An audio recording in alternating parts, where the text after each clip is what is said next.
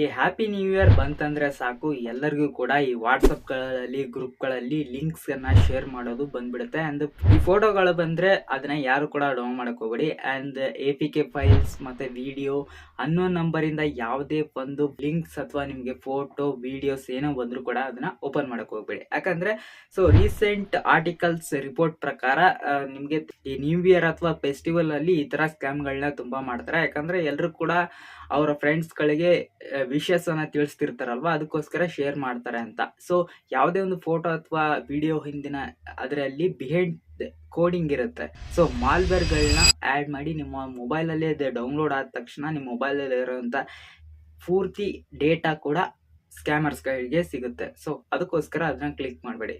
Simple ಆಗಿ ನಾ ಹೇಳುವಂಥ ಕೆಲವೊಂದಿಷ್ಟು ಸೆಟ್ಟಿಂಗ್ಸನ್ನು ನಿಮ್ಮ ವಾಟ್ಸಪ್ಪಲ್ಲಿ ಮಾಡ್ಕೊಳ್ಳಿ. ನಿಮ್ಮ ವಾಟ್ಸಪ್ಪನ್ನು ಓಪನ್ ಮಾಡಿಕೊಂಡು ಇಲ್ಲಿ 3 ಡಾಟ್ ಆಪ್ಷನ್ ಕ್ಲಿಕ್ ಮಾಡಿ, ಸೆಟ್ಟಿಂಗ್ಸ್ ಆಪ್ಷನ್ ಕ್ಲಿಕ್ ಮಾಡಿ. ನೆಕ್ಸ್ಟ್ ಇಲ್ಲಿ ಕೆಳಗಡೆ ಸ್ಟೋರೇಜ್ ಆ್ಯಂಡ್ ಡೇಟಾ ಅಂತ ಆಪ್ಷನ್ ಇರುತ್ತಲ್ವಾ, ಇದನ್ನ ಕ್ಲಿಕ್ ಮಾಡಿ.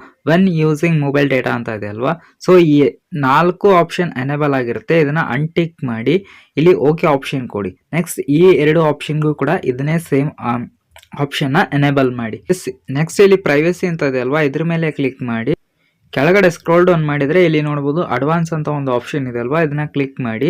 ಸೊ ಈ ಆಪ್ಷನ್ ನಿಮಗೆ ಅನೇಬಲ್ ಆಗಿರಲ್ಲ, ಇದನ್ನ ಅನೇಬಲ್ ಮಾಡ್ಕೊಳ್ಳಿ. ಸೊ ಈ ಒಂದು ಸೆಟ್ಟಿಂಗ್ಸ್ ಅನ್ನ ಮಾಡ್ಕೊಳ್ಳೋದ್ರಿಂದ ನಿಮಗೆ ನಿಮ್ಮ ಮೊಬೈಲಲ್ಲಿ ಯಾವುದೇ ಒಂದು ಫೋಟೋ ವಿಡಿಯೋಸ್ ಆಟೋ ಡೌನ್ಲೋಡ್ ಆಗಲ್ಲ. ಇದರಿಂದ ನಿಮಗೆ ಸಮ್ಟೈಮ್ಸ್ ಆಟೋಮೆಟಿಕ್ ನೀವು ಎಲ್ಲ ಒಂದು ಫೋಟೋ ವಿಡಿಯೋಗಳನ್ನ ಡೌನ್ ಮಾಡೋದಕ್ಕೆ ಇಟ್ಟಿರ್ತೀರ, ಅದು ಯಾವುದು ಕೂಡ ಡೌನ್ಲೋಡ್ ಆಗಲ್ಲ. ಸೊ ಸೇಫ್ ಆಗಿರ್ತೀರ ಅಂತ ಹೇಳ್ಬೋದು. ಅನ್ನೋನ್ ನಂಬರಿಂದ ಏನಾದರೂ ಬಂದರೆ ಜಸ್ಟ್ ಫಸ್ಟ್ ಅದನ್ನ ಯಾರ್ದು ಅನ್ನೋದನ್ನ ಚೆಕ್ ಮಾಡಿಬಿಟ್ಟು ಆಮೇಲೆ ಓಪನ್ ಮಾಡಿ. ಅದು ಲಿಂಕು ಕರೆಕ್ಟಾಗಿ ಸೆಕ್ಯೂರ್ ಆಗಿದ್ರೆ ಓಪನ್ ಮಾಡ್ಬೋದು. ಕೆಲವೊಂದ್ಸಲ ನಿಮ್ಮ ಫ್ರೆಂಡ್ಸ್ಗಳೇ ನಿಮಗೆ ಮೆಸೇಜ್ ಮಾಡಿರ್ತಾರೆ ಅನ್ನೋನ್ ನಂಬರಿಂದ. ಸಿಗೋಣ ನೆಕ್ಸ್ಟ್ ವಿಡಿಯೋದಲ್ಲಿ.